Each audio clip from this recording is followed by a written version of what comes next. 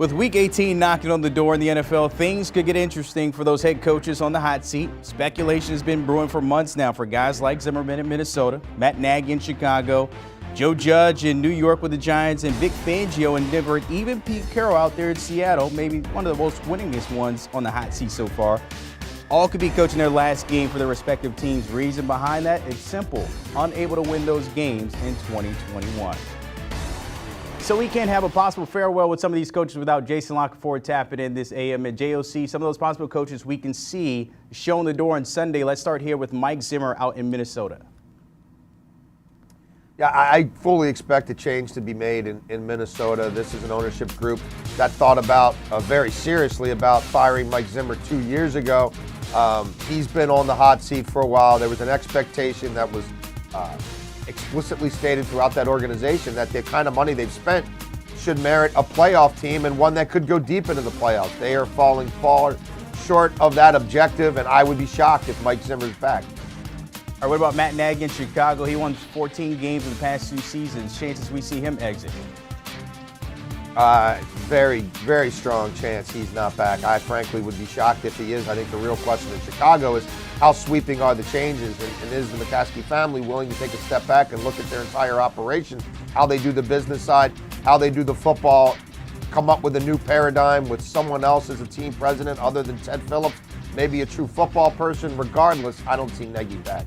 Struggle to find a way to get Justin Fields up to speed. How about Vic Fangio in Denver the same way, unable to find that franchise quarterback, just 19 wins in 3 seasons there with the Broncos?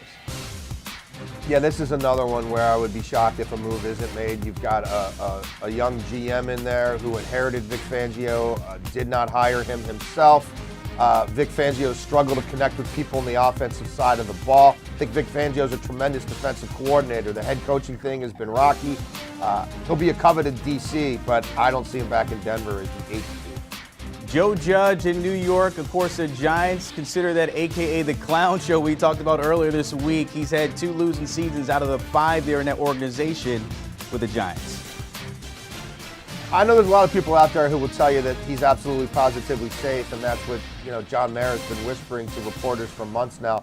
I don't completely buy it. He still has 1 more week to have 1 more cockamamie press conference for them to lay 1 more egg on a football field. I would say wait and see, but I think he's in peril.